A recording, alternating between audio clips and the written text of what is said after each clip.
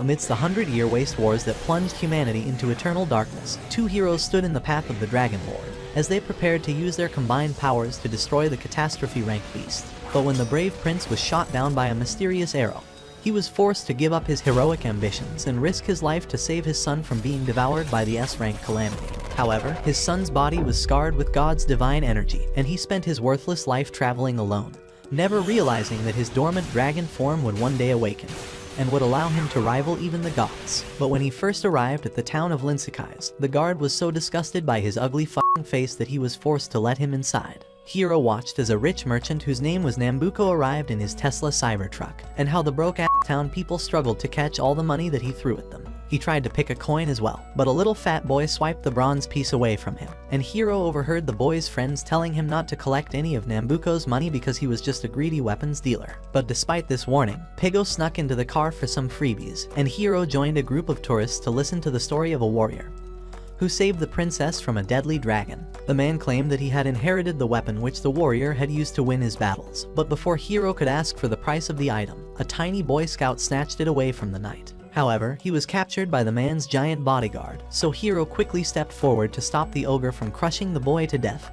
while giving the knight a piece of gold for the magical item. Expecting a thank you from the little brat, Hiro was shocked when the boy told him to piss off, saying that he and his boys would have stolen a lot of money if it wasn't for his heroic ass. He snatched the item from him before running away, but Hiro was able to trace their hideout, and he suddenly appeared out of nowhere like Batman while introducing himself to the young bandits. Their leader said that his name was Tomet, but Hiro collected the treasure back from him, saying that it belonged to him because he had bought it, and then he jumped out through the window. Meanwhile, at the city's palace, Nambuko and his goons paid the Duke of Linsakais a surprise visit, telling him to sell all of his magical items to them at a cheap price unless they would hunt down his family. The Duke argued that his citizens would be upset if they heard about this deal, but Nambuko said that he would hypnotize them by using a crystal ball known as the Grand Troll, which could make any wish come true. And when the Fatso tried stealing the crystal ball from them, one of Nambuko's side chicks, Shari, used her magic to capture the little thief, proving that they were strong enough to face all of their ops. Tomet and his crew kept chasing Hiro across the rooftops, but when they heard that their friend Peshate had been captured, they quickly stopped their playing and rushed over to find him instead. The following day, Peshate was brought out to the town square for execution. But when Hiro saw that there was nothing Tomet could do to stop it, he walked forward like a champion, telling Shari and her men to back down, because she was too much of a baddie to deal with a loser in a Halloween costume. Shari told her soldiers to fight him instead, but Hiro took them all down without even pulling out his sword. No did he. Shocked by his hard flex, Shari shot a lightning bolt at him using her magical wand, but Hiro emerged from the blast and sliced through all of her guards with just a single slash from his blade. However, the men noticed that their armors were still intact, and when Shari realized that Hiro's sword was just a fake piece of plastic, she ordered her soldiers to tear his limbs off. But at that moment, a huge warrior rushed in and smashed all the guards away, allowing Peshate to escape with his friends. And the man Jiru, who was actually Hiro's swords master, asked him why he ran away from home. But Shari was getting bored with all their long-ass talk, so she grabbed the crystal ball and was ready to cook up something crazy. But Hiro instantly recognized the item as the weapon his father had used to try and defeat the Dragon Lord many years ago. Hiro told her to give back the item, but Shari just ignored him, and she used the crystal ball to supercharge her magic wand before firing a huge mana blast in his direction. The dumb just stood there waiting for the flames to kill him. But then the blast was suddenly deflected away from them, and to everyone's surprise, the evil Dragon Lord Dagonzot rose up from beneath the shadows. Filled with so much rage about the creature that killed his parents, Hiro jumped up to attack the dragon. But Dagonzot held him back and zapped the shit out of him until he became unconscious. The Dragon Lord began to wreak havoc on the city, and Nambuko was excited by the chaos because it was good for business.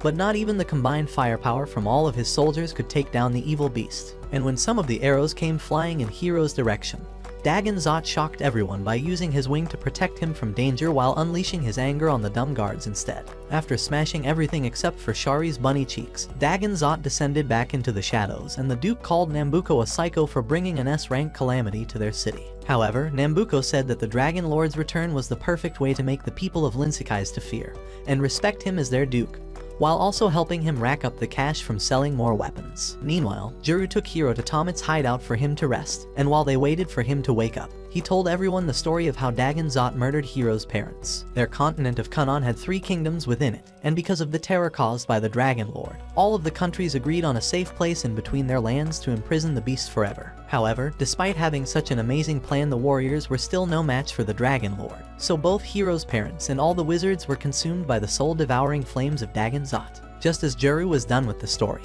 Hiro woke up from his sleep saying that he wanted to kill the Dragon Lord, but Tomek called him a Delulu Queen for thinking that could defeat a huge monster like that with his E-rank skills. Hiro told him that he had spent his entire life training for the day that he could avenge the death of his parents, but Tomek said that he should get his money back because he fought like a Disney princess. Peshate said that they used the Grand Troa to make Dagon Zot disappear, but when Hiro asked Tomek for Nambuko's location, all he said was that Nambuko liked to travel a lot to different cities so that he could sell weapons. Hiro declared that he would not rest until he had found Nambuko and defeated Dagon Zot. But along the way, Juru said that they should return home because they didn't even know where the hell they were going.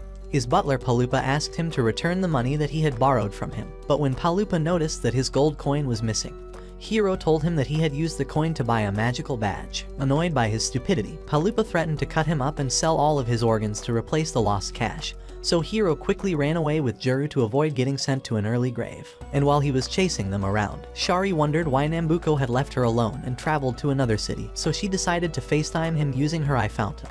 But when he picked up the call, Nambuko told her to stay back and look for the kid that was saved by Dagon Zot, because he already had a lot of hot bitches to grill up his whiner during the ride. When Palupa had finally calmed down, Hiro said that they should get something to eat, but none of the restaurants wanted to let them in because of what happened between Hiro and the Dragon Lord. The guys were already getting pissed off when a hot beast girl with watermelon plots agreed to help them out, and she took them to a nice restaurant where they had some roast beef for lunch. The girl said that her huge melons were also on the menu, but the guys preferred peaches, so she decided to get their attention by saying that she knew all about Hiro and his family of warriors. Surprised by this statement, Hiro asked her how she knew such a thing, but the cat girl just said that her name was Erin, before walking out of the restaurant with a steak in her hand. Palupa told the waiter to give them their bill, but when Bowser Jr. realized that Erin had tricked him into paying for her meal, he got angry and swore to get his revenge someday. Palupa blamed Hiro for their misfortune, and he said that they would have to sleep outside for an entire week.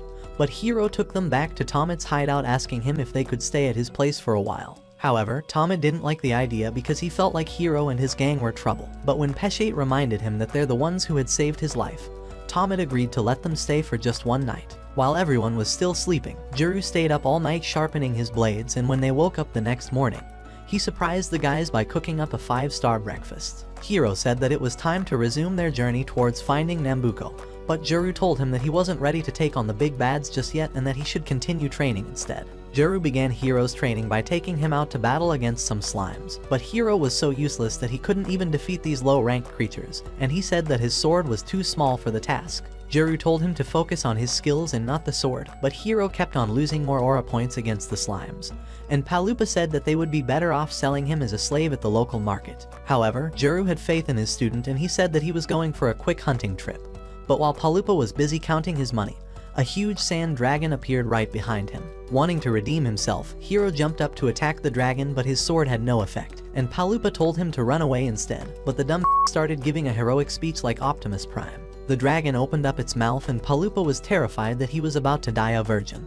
But they were shocked to see that a girl was already inside, and she thanked the creature for giving her a free ride. After the dragon had gone, the girl walked up to Hiro and suddenly placed her head on his chest, saying that she loved the sound of his heartbeat and that they should get married right away. Palupa told him to reject her offer because she was obviously a red flag, but the girl said that her name was Serato, and she continued to rizz up the lame protagonist, saying that his eyes were prettier than a golden sunset. Juru arrived right on time to stop the idiot from falling in love with a stranger, and he was just about to pull out his sword when Palupa said that they should just quietly walk away instead. On getting back to the hideout, Hiro just sat down thinking about Serato that he forgot to even eat his food, and when Tomet noticed this, he teased him for turning into a lover boy so easily. Hiro said that he felt bad for leaving her alone like that, but Tomet told him to cheer up because she could always meet new people along the way, just like how he and his crew members met each other and became best friends. Meanwhile, on the streets of Linsakais, Shari and her goons searched around for anyone who knew where Hiro was, but they found nothing, so Shari decided to use her magic mirror instead. However, Serato walked by at that instant, causing the mirror to malfunction because of her strong magical presence, and she used her powers to find where Hiro and his friends were staying. Tomet was surprised to see Hiro's crush in their hideout, and he asked her how she had found the place. But Serato ignored him and turned her attention to Hiro, saying that the both of them were meant to be together. Tomet told the lovebirds to get a hotel, but Hiro said that Serato would be staying with them for the time being, and he dragged her inside while Juru and Palupa frowned at the fact that Hiro was now a simp. The following day, Palupa escorted Juru to sell some of the animals that he had hunted, but they were surprised when the shop owner gave them 3 silver coins for the wild beasts. Because they needed money for equipment, Juru said that he was going to keep hunting more animals. But while all of this was going on, Hiro was busy trying to impress Serato with his useless skills. He still failed to kill any of the slimes this time around. But Serato didn't care about all of that because she was so blinded by her love for the talentless Moron that nothing else mattered. However, all the slimes suddenly started to leave, and when Hiro looked up he saw a huge demon wolf staring down at them. But instead of running away like the scared little pussy that he was, Hiro stayed back to fight the creature. Despite all his confidence, Hiro still got bodied by the wolf, but when he noticed that it was about to attack Serato, he charged straight at the wolf and knocked it down by smashing his sword on its forehead. He rushed over to make sure that his girl was okay, but when Serato saw the large cut on his shoulder, she quickly used her divine hands to heal the wound and fix up his shirt like nothing ever happened. Although he was shocked by this ability, Hiro thanked her for healing him, and when they got back to town, they traded the demon wolf at the local market for a single piece of gold. Along the way they saw a guard pulling a man away from his family, and because he was still feeling high over his first win, Hiro stepped forward to help the man, but he got captured as well. Realizing that the inmates were being made to work like slaves at the land mines, Hiro told them not to worry because he had a plan to bust them out, but the men knew that they were all screwed. When Tomet heard about what happened, he and Serato crawled their way through an underground passage to enter the Duke's house, while Hiro kept trying to make a hole through the wall using his expensive badge. Hearing strange noises, the Duke decided to open up his safe to check it out, but he was shocked to see a large hole inside, after which Tomet and Serato suddenly appeared in his office. Tomet threatened to expose all of his deals with Nambuko to the king, which would ruin his life forever, unless he released Hiro and all the other inmates that he planned on turning into slaves. The Duke just smiled before calling his guards to arrest the imposters, but then Juru walked through the door and pointed his sword at the Duke's face, causing the loser to shit his pants. He finally agreed to release Hiro and the others, and when Hiro saw that Serato had come to save him as well, he turned to face her, ignoring Tomet and the guys who had risked their asses for his freedom. Shari heard the news about Hiro's arrest, but by the time she arrived at the Duke's palace, Hiro and his crew were already gone, and all the inmates finally got reunited with their families. Remembering the good times with his own parents, Hiro swore to make them proud someday by killing Dagon Zot, and when they got back to the hideout, he and the guys celebrated their victory with a huge dinner. However, the next morning Hiro wasn't happy with the squid pudding that Juru made for breakfast. But Palupa told him that he had no choice but to eat the squid after spending all of their money on a useless item. Juru reminded him that their combat training continued today, and he said that Serato was not allowed to tag along this time around, so Hiro was forced to leave her behind at the market. While she was looking for something cheap to buy with her gold coin, Serato met Eren for the first time, who took her out to a famous hot spring where they could relax and talk about boys. Melonplot said that the spring water could heal all kinds of wounds, and she told Serato to take her clothes off before entering.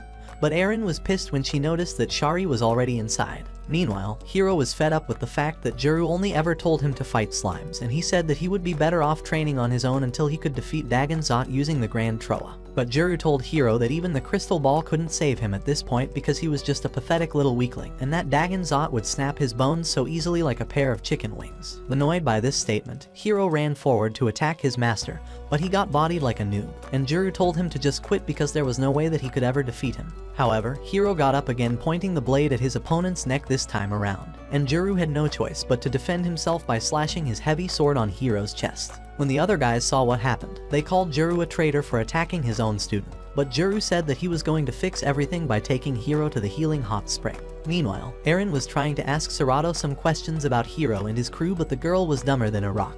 And when Shari got bored of being on her own, she swam across to join their convo as well. Eren asked her why the hot spring wasn't filled with lots of boys like before, and Shari said that everyone got scared after hearing that a giant squid monster lived inside the waters. But when Eren tried telling her to sit next to them to avoid getting a cold, Shari got pissed and told her to stop making other girls jealous with those oversized cannonballs on her chest. The guys arrived at the hot spring and Juru told the others that he was only trying to test how serious Hiro was about his revenge, and that he never planned on attacking him in the first place. The water immediately started to heal Hiro's wounds, and when Shari noticed that her target was nearby, she got excited. But Eren knew that she had to stop the little witch from capturing Hiro. When the Moron finally woke up from his coma, Juru apologized to him, saying that he was only trying to make him a better warrior, and he agreed to let him continue the journey towards finding Nambuko. However, Shari's guards were trying to force the sea monster into capturing Hiro and his friends. But when Squidward got out of the water, he grabbed Serato and tossed Shari away like a piece of garbage instead. Hiro was worried about his dumb girlfriend, but in a flash Juru jumped up and sliced the squid into large sushi bits, while Hiro rushed over to make sure that Serato was still alive. When they got back, Hiro and the guys sold the monster at the market and used the cash to buy more weapons. But just as they were about to leave, Tomite shocked everyone by saying that he wanted to tag along. Peshate and the others begged him to stay, but Tomit said that he wanted to assist Hiro in acquiring the Grand Troa so that he could use it to wish for a better life for all of them. Impressed by his selfless heart, Hiro agreed to let Tomit join their team. But along the way, they met Eren, who told them that it was Shari and her men that sent the squid monster after them at the hot spring. Asking if she could join their crew, Palupa and Juru strongly refused, but when Eren said that she knew how to find Nambuko, Hiro forgot all about her past crimes and he said that she could tag along as well. As they journeyed across the lonely desert, Tomit and the other guys were pissed at Hiro for acting like he was the boss, but Eren said that she respected for letting her join the team. While the Moron was acting all tough, he fell into a pit of quicksand, but unknown to all of them, Nambuko and his squad were spying on their adventures using Special Eagle drones. The gang passed through a large canyon where Tomit was too scared to make it across to the other side, and they all stopped by a waterfall to see a beautiful rainbow in the sky. Juru picked up some berries for them to eat, but then they were suddenly ambushed by a giant eagle, and because he wanted to prove his worth to the team, Hiro foolishly rushed forward to fight the beast. However, Hiro got his ass kicked by an Angry Birds character, so Juru was forced to scare the creature away with his sword, and he said that they should set camp in a forest for the night. Tomit was worried that Mighty Eagle would show up again, but Juru said that the forest was their best bet at a safe shelter, and Hiro kept acting like the leader despite his minus 1,000 aura points. Tomit and Palupa dried up the meat to make them last longer, but when Juru noticed that Serato was nowhere to be found after leaving to fetch some water, Hiro agreed to go search for her by the river. He found Eren playing music by the moonlight, and when he asked her why she had chosen to join his team, Melonplot said that she was going to use the Grand Troa to wish for the hottest boyfriend that ever existed. Hiro left her to be with Serato, and while they enjoyed the starry night, Nambuko was busy stacking up some M's by selling weapons to all the leaders of the different kingdoms. He ordered a meeting with Shari, calling her a brainless rabbit for letting Hiro and his friends escape, and he said that he was giving her one last chance to prove herself and bring Hiro to him. As usual, Captain Shitface marched forward to face Shari without a second thought, but she made him regret his decision by blasting his entire body with a huge surge of electricity. She quickly followed the attack with an ice storm which broke Hiro's sword in half, and when Juru tried helping him out, he was stopped by one of the giant rock monsters. He managed to defeat the creature by stabbing its eye,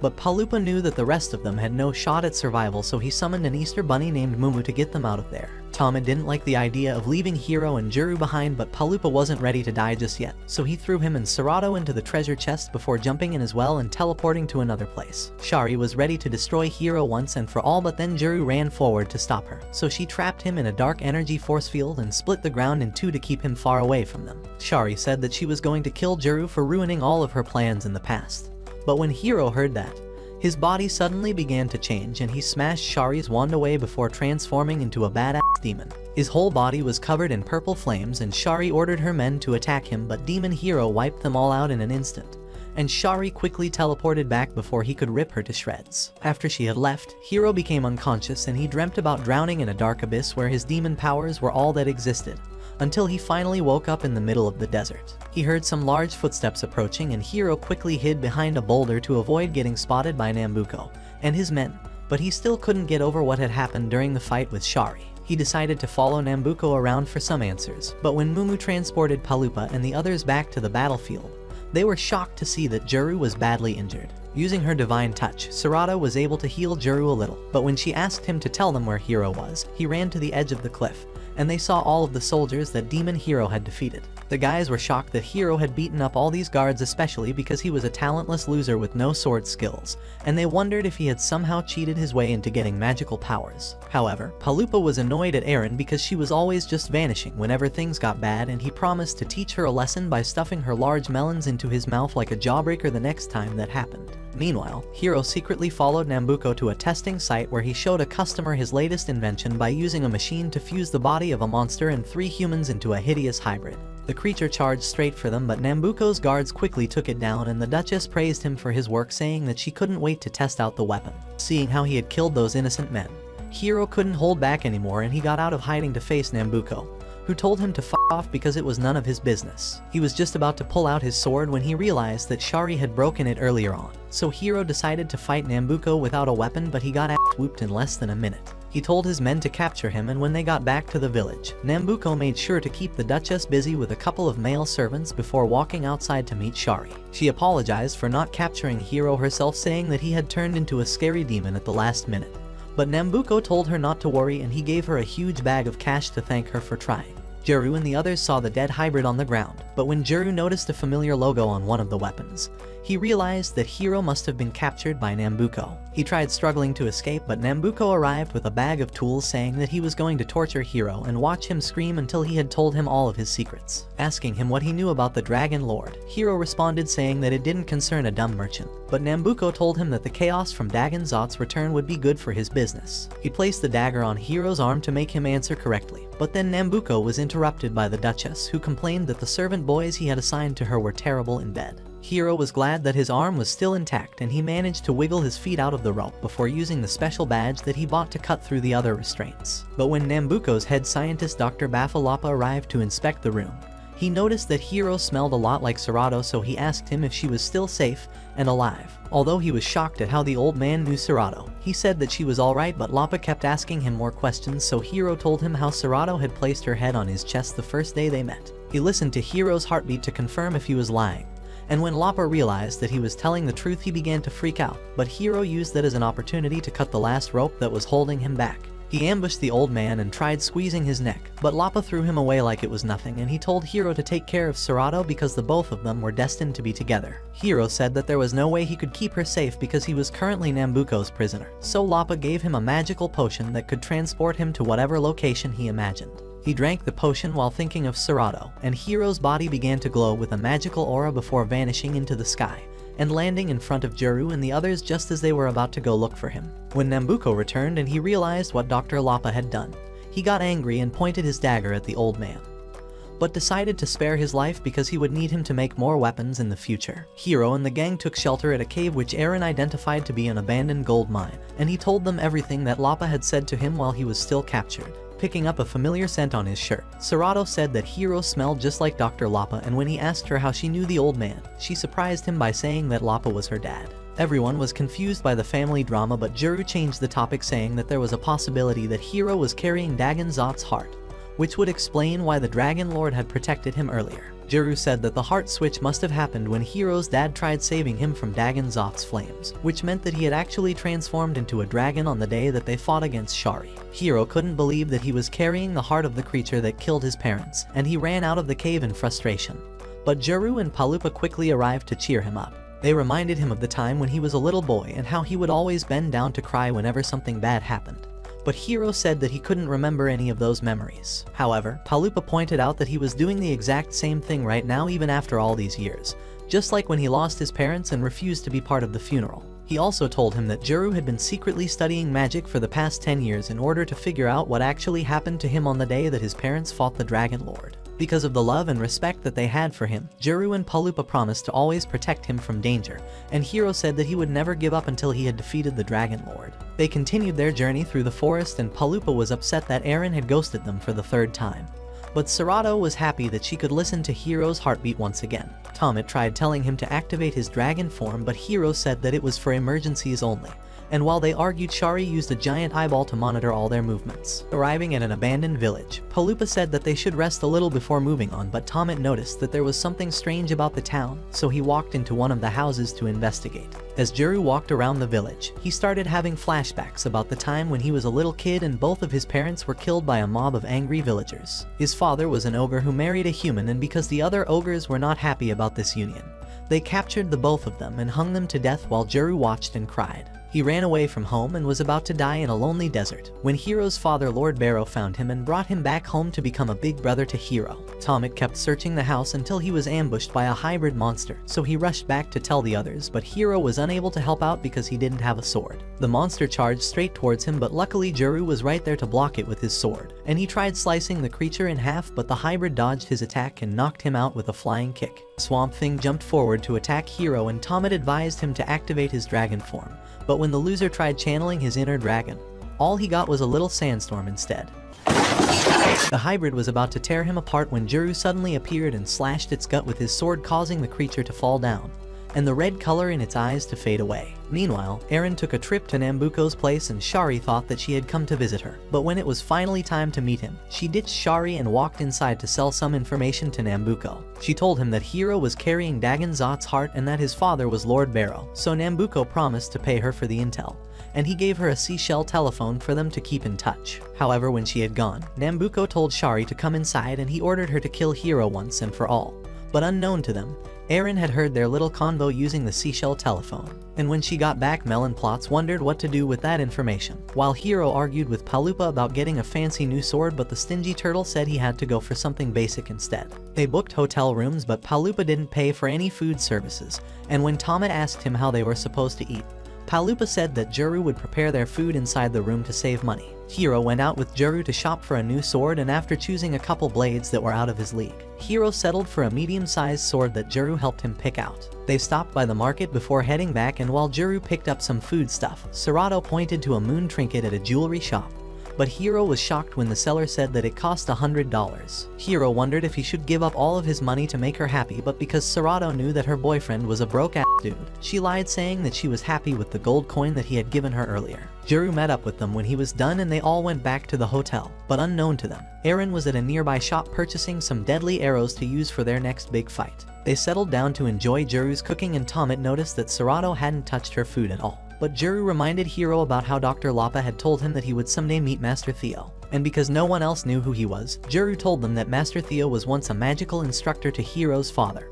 And Serato shocked them by saying that Master Theo was also her friend. Confused by the weird connection, they all agreed that the best thing was for them to meet Master Theo as soon as possible, and everyone went into their different rooms to sleep for the night. However, while Tomet and Palupa were sleeping peacefully, Hiro and Juru had trouble falling asleep, and Juru said that he always had to stay awake to make sure that everyone was safe. Hiro told him that he hadn't been sleeping much ever since the day he found out that he was carrying Dagon Zot's heart. But then Juru heard an explosion outside and he quickly got up to check it out. A mysterious shadow monster was blowing up houses around the neighborhood, and Hiro rushed over to see what was causing it. But he was shocked to discover that the creature was actually Dagon Zot. The Dragon Lord began devouring the souls of innocent villagers, and Hiro took out his sword to help them. But Juru blocked his path, saying that a fight with Dagon Zot right now would be too dangerous. Hiro insisted that he was ready, but Juru pushed him aside before smashing the shadow with his sword, and although he got a direct hit, Dagon Zot began to swallow him up as well. However, Shari appeared from nowhere, saying that she was the one who had summoned the creature, and that it wasn't actually Dagon Zot but a shadow beast invented by Dr. Lapa known as Daku. Serato tried running over to help Hiro defeat the creature, but she was stopped by an explosion along the way, and Dr. Lapa was happy to see that his precious daughter was still alive. Shari told Daku to devour Juru, and then she used her staff to transmit a crazy amount of electricity to his body while he struggled to stop the weapon from stabbing his heart. He was too weak to stop her though, and the staff pierced right through his chest, forcing Hiro to let go of his human self and activate his powerful dragon form in order to stay alive. Shari quickly hid behind her guards because she knew that she was no match for Dragon Hiro, and Juru wanted to help but he was still stuck, so Eren used one of her arrows to blast the shadow and set him free. And then suddenly out the ground Dagon Zot emerged, which made Nambuko very happy. But when Juru rushed over to save the young warrior, Hiro used his sword to slice him down in an instant. Satisfied with all of the chaos that he caused, Dagon Zot returned to his underground lair. But when Hiro switched back to his human form, he cried bitterly, knowing that he was the one who had killed Juru. However, Serato and the others managed to patch him up and take him back to the hotel room, and while Palupa was trying to prepare breakfast, Tomet rushed over to tell him that Juru had woken up. Hiro was so happy to see his mentor alive and he apologized to him for what happened. But when Juru smelled the disaster that Palupa was cooking, he told the turtle midget never to enter a kitchen in his life again. Palupa started crying because of all the onions that he had sliced, and both he and Juru told Hiro not to feel bad about what happened because it was clearly a mistake from using his dragon form. Asking her if she could heal Juru, Serato said that her powers only worked on minor injuries, so Hiro told Juru to continue resting so that his scars would heal faster. But Juru said that he had something very important to say, and he told Hiro to stop using his dragon powers because he was at risk of losing control and turning into a dragon someday. Hiro was shocked to hear this because it meant that he could end up becoming the villain that he was trying to defeat.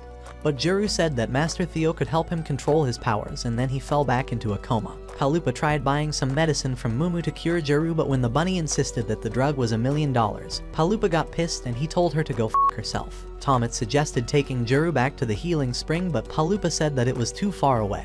And then Erin suddenly appeared in front of them saying that she knew a special plant called Serafuria which could heal Juru. She said that the plant was located in a canyon not too far from their location. So Hiro and Serato went out to retrieve the plant while Erin and the others stayed back to watch over Juru. Meanwhile, Nambuko's business continued to boom as all the countries were purchasing weapons on a large scale because they were terrified of getting attacked by Dagon Zot. After she had failed to kill Hiro for the third time, Nambuko locked Shari up in a cell with nothing but a pet lion to keep her company, and she was about to go crazy from having nothing to do. Back at the hotel, Palupa was trying to sort out their expenses when Tomet said that there was something strange about Serato because he had never seen her laugh or eat before. He said that he was suspicious of her because Shari always knew exactly where to find them, and Dr. Lapa was Serato's father, which meant that she might actually be a spy sent to destroy them. However, Palupa told him to chill out because all that mattered now was for Juru to get better. And when they got to the canyon, Hiro and Serato searched around for hours without finding anything. They were suddenly ambushed by a giant frog, and because Hiro was a pussy just like Serato's plot sandwich, he grabbed her and ran away instead of fighting the weird creature. They fell into a hole on the ground, after which rain started to pour down and Hiro was just about to lose his mind when Serato pointed out that the plant they were looking for was on top of a hill. While Hiro struggled to get the plant, Erin told the others that Nambuko was trying to kill Hiro by all means, and when Tomet asked how she knew this, Erin said that she had heard it using a special seashell telephone. According to her, Nambuko was trying to figure out the connection between Hiro and Dagonzot because if he learned how to summon the Dragon Lord at will, he could easily become the richest man alive by selling weapons. Besides all of this, Erin said that Nambuko was tricking the countries into hating each other so that they could buy more of his weapons, and that this might lead to a deadly war very soon. She told them to think of a plan fast because a war between the three kingdoms meant that traveling would become way harder, and this could stop Hiro from getting the Grand Troa and defeating Dagonzot. Meanwhile, Hiro kept trying to yank the Serafuria herb out of the hill, but the plant just wouldn't budge. Then suddenly the ground started shaking, and they realized that the hill was actually a giant tortoise. The tortoise tried throwing Hiro off balance, but he held onto the Serafuria herb saying that he wasn't going to give up, and just as he was about to fall down, Hiro got back up and pulled the damn plant out of the tortoise. However, he got carried away and slipped off the tortoise, landing right into Serato's arms. And to distract her from that weird moment, Hiro said that this was the first time he had ever seen her laugh. When they got back to the hotel, Hiro gave Juru the medicine they had made using the Serafuria plant, and he instantly got better, so Tomet went outside to call Peshate, and the others using Erin's seashell phone. Juru thanked Hiro and Serato for saving his life, and he said that he was ready to get back to work. But Palupa told him to sit his ogre ass down and enjoy his new and improved chicken soup. When he got back inside, Tomet said that Peshate had told him how all the foster kids and Linsakais were being captured and taken down to the mines to dig out magical stones for the Duke. With tears in his eyes, Tomet said that he was going to get the Grand Troa so that he could help his friends get a better life, and to his surprise, Serato started crying as well. The next day, they all journeyed to the holy mountain of Garauco to meet Master Theo, and Hiro felt like it was a waste of time. But Juru insisted that he had to do this before fighting Dagonzot. However, Master Theo suddenly appeared in front of them saying that they should have brought gifts when coming to visit him, so Palupa and Juru bowed down to apologize and introduce themselves to the wizard. But when he recognized Serato, Master Theo ignored all of them and went over to hug her, while Hiro almost turned into a vampire out of jealousy from watching the old man stroke his girlfriend's hair. They followed him back to his cave where Juru told Master Theo about Hiro's powers that were gotten from Dagonzot's heart, and he asked the wizard to advise them on how to handle the situation. Master Theo used his finger to release Hell's Inferno right inside the cave, and he said that it was just an imitation of the soul-devouring flames which Dagon Zot had used to destroy all those heroes many years ago. Master Theo said that he had no advice for them, but Hero got pissed and called the old man a fraud, saying that if he was powerful, then why didn't he help his parents defeat Dagon Zot? However, the wizard told him that not even 100 mages were strong enough to defeat the Dragon Lord, because Dagon Zot's powers came from the gods, and so no human could match his strength. Despite all of this, Master Theo agreed to train Hero, but when they got outside he told Juru to get him some meat from the forest and said that Tomet should get him fresh water from the lake. Eren walked away to avoid getting any chores, and when it was time for them to train, Master Theo told Hero to do some weird exercises like walking in a straight line and squeezing a piece of paper. And though Palupa trusted in the wise wizard's judgment, Hero had a hard time figuring out how all of this was supposed to make him a better fighter in time to battle against Dagon Zot. Master Theo told him to throw the paper away, but Hero didn't want to because Sarato's face was on it. And when Serato walked over to see the picture, the wizard noticed that there was a strong bond between the both of them. Meanwhile, Eren sat down on a nearby hill to get a better signal on her seashell telephone, and she overheard military agents from each of the 3 countries saying that they were ready for war. Back at the training ground, Master Theo told Hero to pick up a stone and throw it anywhere he wanted.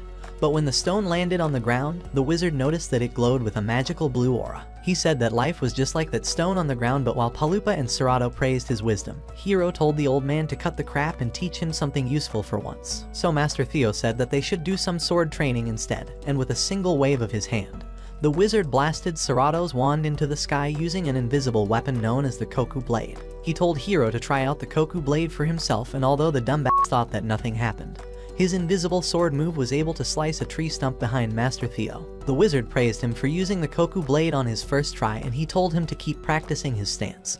Then Juru and Tomet arrived seconds later with the food and water for everyone to chow down on. Later that night, Master Theo called Juru for a private chat asking him why he had made Hero believe that he could actually become a skilled swordsman, when the boy was obviously just a talentless noob. However, Juru said that it was the only way to make him confident for the journey ahead, and that despite Hero being a pathetic weakling, his determination alone was enough to make him succeed. Master Theo thanked Juru for being a nice mentor to Hero, but he told him that Hero's true potential was actually in magic and not the blade, because no mere mortal would be able to carry Dagon Zot's heart for this long. He told Juru that while they were training earlier, Hero's Koku Blade Slash was so strong that he almost had to put up a defensive spell against it, which meant that he was a magical prodigy just like his father. The wizard also said that Hero could possibly become a dangerous warrior in the future, but that to avoid this, Juru should make sure that he and Serato stayed together no matter what. The next morning, Master Theo told Hero that in order to complete his training and leave the mountain, he had to slash him with his Koku Blade from a far-off distance without moving a single step. And because he wanted to move on with his journey, Hero agreed to take the final test, but when he slashed his invisible sword at the old man, nothing seemed to happen and Master Theo just pretended to take the hit. They all said goodbye to Master Theo before walking out of the mountain. But what Hero didn't know is that his Koku sword slash was actually so strong that it had shattered the old man's shield to pieces. They journeyed through a forest and a farmland before reaching a place called the Mort Desert, and Juru said they needed to cross this desert in order to reach Nambuko's castle. However, they were suddenly ambushed by one of Nambuko's eagles, and although Juru was able to defeat the giant creature, Tomet wondered how Nambuko always knew where to find them. But at that moment, they heard Nambuko's voice calling out to Eren from her seashell phone, and they realized that she had been the one selling out information to him about all their moves. Juru and the others were disappointed at Eren for ratting them out so easily, and when they asked her why she did it, Eren said that her job was literally to make money off of other people's information. With nothing else to say, Hero and the gang went on with their journey into the desert, leaving Eren behind. But Miss Melonplots felt like they wouldn't survive a single day without her help. Back at their HQ, Shari agreed to morph with her pet lion just so she could please Nambuko, and although one of the guards told her not to, Shari said that her entire life belonged to Nambuko. As Hero and his crew walked deeper into the desert, they started to feel weak because of the massive heat wave, and when it got dark, they almost froze to death due to the cold desert night. They continued their journey the next day in the middle of a sandstorm, and Hero noticed that they were out of water. But Palupa fell into a sand pit that was occupied by giant desert spider. Juru threw his robe down for Palupa to hold onto, but the sand was too slippery for him to climb up to reach the robe, and Hero stopped Tomet and Serato from jumping in as well. However, someone threw a rope into the pit, and when Palupa looked up he was shocked to see that it was Eren, and she told him to refer to her as Madam Eren if he wanted to make it out in one piece. Desperate to stay alive, Palupa did as she said and everyone helped to pull him out of the sand pit. But Hiro was still pissed at Eren, so she told him to bring her back because they would all be lost without her guidance. While they were talking, a huge sandstorm blew in their direction, and although they tried to outrun it, Hiro and the others were blown away to different parts of the desert. Palupa ended up with Eren, and when he asked her where the others were, Melonplot said that she had no idea, but that they should go to an oasis before they died of thirst. Juru ended up with Tomet, who was about to faint from sweating too much, while Hiro and Serato continued the journey together without knowing where any of their friends were. Later that night, Hiro started shivering because of the cold, and when Palupa woke up the next day, he looked around to make sure that it was not just a dream. But when he saw Eren next to him, he realized that they were truly stranded. He saw an insect creating water droplets from the surrounding air, and Palupa tried doing the same. But Eren told him that the bug was only able to do so because its body had no heat. They met up with Juru along the way, who said that Tomet could become unconscious at any moment, and so Eren told them to follow her lead to the oasis if they wanted to live. Meanwhile, when Serato saw that Hiro was about to die from a heat stroke, she changed into her birthday suit and channeled her inner Tyla to make her body produce water for him. What do you mean by that? With Eren's help, Palupa and the others found the oasis, and Juru quickly fed Tomet some water to keep him alive. But Hiro and Serato were suddenly ambushed along the way by Shari the lioness. Serato tried to protect her boyfriend, but Shari kicked her ass and teleported out of the desert with Hiro, while armies from each of the three kingdoms gathered around to begin their war. Shari returned with Hiro, and Nambuko said that he was the key to unleashing chaos into the world. But Hiro didn't give a shit about all that, and he told Nambuko to hand over the Grand Troa. However, Nambuko told him to come and get it, so Hiro charged forward to strike him with his sword. But the merchant held him back by pointing his blade at Hiro's neck. He told him that they've met before, and when Hiro asked how, Nambuko confessed that he was the one who shot an enchanted arrow at his father when he tried to capture Dagonzot. Because Nambuko had acquired an ancient item called the Dragon Blood Crystal, he was able to survive the soul-devouring flames of Dagonzot, while Hiro's parents and all the other mages burned to death. Ever since then, Nambuko had been waiting patiently to experience such beautiful chaos once again.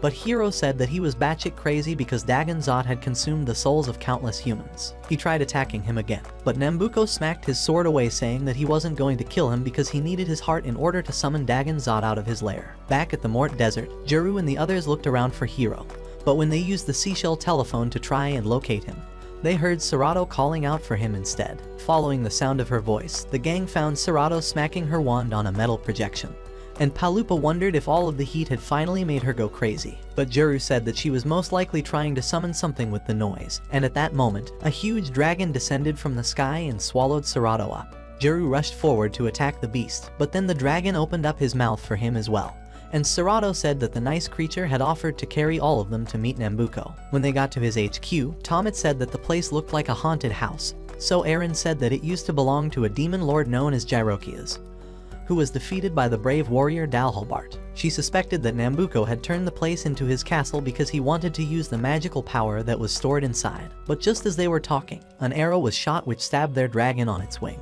They managed to land on a safe place before the dragon crashed down, and while they were thinking of a way to enter the castle without getting seen, Dr. Lapa suddenly arrived looking for Serato. He teleported her away using a magical door, so Juru and the others used it as a means of getting inside the castle. But they were all surprised that a hideous clown like Dr. Lapa could actually give birth to Serato. However, Serato said that she was a magical doll created according to Nambuko's orders, and Palupa finally understood why she never ate her food and was always acting strange. Juru asked why she was created, and Dr. Lapa said that Nambuko wanted a battle robot made out of Dragon Blood Crystal, which could still fight on the lands that were burned by Dagonzot's flames. Dr. Lapa had other plans though, and he made Serato to behave like a human girl rather than a weapon.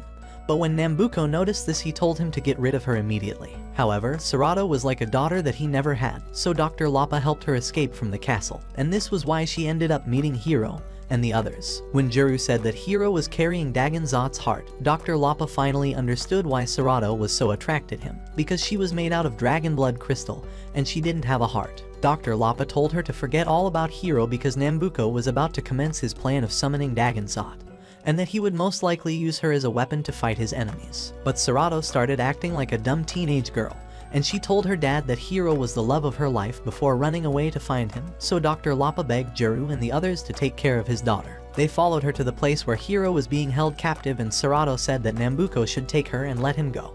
But he told her that it wasn't possible because he needed both of them for his grand plan. She moved closer to him, and Shari punched Hiro in the gut before activating the magic portal to take them away. but when Juru tried stopping them, she got out of the portal and attacked him instead. Nambuko took them to Balbogoa, the place where all the mages had tried to defeat Dagon Zot many years ago, and as the solar eclipse began, all the soldiers thought that the Dragon Lord had swallowed the sun. Shari told the others that Nambuko planned on using the magic inside his castle to fuse all of the soldiers' bodies with that of Dagon Zot, so that he could create an even deadlier beast to control the entire continent. When the door of the castle closed, Nambuko's hologram appeared, telling them that the souls of all the people trapped inside would be turned into magic and used to help him create a dragon hybrid. Shari was waiting for Nambuko to take her to Balbogoa, but when the hologram ended without him showing up, she realized that he had tricked her into being part of the magical sacrifice. Everyone started to freak out, and Lapa said that the castle was designed to trap magic inside it, and so it was impossible to escape by using any form of magical items or techniques. However, it was just Dr. Lapa's figurine that was speaking to them at the castle, and the real Dr. Lapa arrived at Balbogoa to stop Nambuko from using Serato for his evil purposes. But Nambuko took the old man down with a wind strike from his staff, and he used a voice command spell to activate Serato's evil mode before supercharging her into an elite battle robot. He told her to beat Hiro to a pulp, and while Serato was kicking the loser's ass, Juru and the others were trying to figure out a way to leave the castle when Palupa remembered that they could just order a Mumu Uber. But Mumu said that she couldn't enter the castle because of magic restrictions, so Palupa told her to give them a weapon instead. And they all contributed lots of money to pay the greedy rabbit. She blasted a hole through the castle using her plasma cannon, and Shari teleported them to Balbogoa at the exact moment when Hiro was about to attack Serato using his dragon form. Serato used her robotic arms to hold him back in midair, and Shari still attacked Juru from behind despite the fact that Nambuko had tried to sacrifice her like a useless sheep. Hiro kept trying to slash her with his claws, but Serato blocked all of his attacks so easily, and she started smashing him on the ground while Nambuko watched and enjoyed the show. Juru tried to help, but he was occupied with Shari, and when Serato tried to stab Hiro in the eye with her blades, Dagon Zot suddenly appeared and smacked her away with his tail. Everyone was terrified by the Dragon Lord, but Nambuko was excited and he activated the machine that would merge Dagon Zot's body with that of all the soldiers who were present at Balbogoa. However, because he wanted all that power to himself, Nambuko used the Grand Troa to absorb Dagon Zot's essence and merge with the beast, becoming an evil hybrid overlord. Dr. Lapa and the others were shocked by what Nambuko did, but when Hiro tried to attack him, Nambuko held him back with one hand and kicked his ass while he was in the sky. Hiro got beaten up so much that he started to see visions of his parents who told him not to give up, so he broke out of Nambuko's hold and landed back down like a true protagonist. But Nambuko punched him away so easily while Eren and the others forced Dr. Lapa to tell them how they could stop the machine before Nambuko could burn everything back to the Stone Age. Nambuko was about to unleash Hell's Inferno on Hiro when Juru and the others reversed the spell on the magical reactor and removed the Grand Troa to make him powerless. But they were too late because Nambuko had already merged with Dagon Zot, making him an immortal being, and he destroyed the entire place with his soul-devouring flames. However, Serato had used her divine wings to protect Hiro, but when Nambuko saw this, he stabbed her back and pulled out the dragon blood crystal that was keeping her alive. Seeing that the love of his life was dead, Hiro got up and sliced off Nambuko's arm with his sword. And while he was shocked that anyone could actually harm his new body, Hiro walked back and finished him off with a blinding light sword combo. Now that Nambuko was defeated, Dagon Zot appeared once again for the final showdown, and Hiro wondered if he was strong enough to actually defeat the creature that killed his parents. But when he recalled his training with Master Theo, Hiro collected the Grand Troa from Tomet and used it to make a visible Koku blade before dashing forward to stab Dagon Zot on his scar. Hiro took his heart out from the Dragon Lord's chest, but instead of switching it with the one he already had, he went down and placed the heart inside Serato to turn her into an actual human girl. As Serato slowly came back to life, Dagon Zot's body began to fade away because he no longer had a heart. And while Juru was still shocked by what Hiro had done, Palupa and the others began to fight over who should keep the Grand Troa. However, the Morons let the crystal smash on the ground, and Juru said that the item wasn't even the Grand Troa but the Soul Stone which Hiro's father had used to trap Dagon Zot many years ago. Palupa then asked him how Hiro was able to harness such power to stab the Dragon Lord, and Juru told them what Master Theo had said about Hiro, that he was a magical prodigy just like his father. Eren and Tomet teased Hiro for behaving like Prince Charming, but when Serato asked them about her father, Palupa gave her the remains of his walking stick, saying that he had died in the flames that Nambuko unleashed. Serato cried when she heard the bad news, but Juru noticed that the soldiers were leaving, so Eren said that she used her phone to tell them the truth about how Nambuko had tricked them into fighting each other. Mumu came back to teleport them away, and after they had buried Dr. Lapa, Hiro gave Tomet his royal badge, saying that he was the youngest, but also the bravest one out of all of them. Juru asked him what he wanted to do now that he had unlocked his magical powers, but Hiro said that nothing has changed, because all he needed for a great adventure were his sword and his friends. Set your heart ablaze, go beyond your limits, and watch this next video.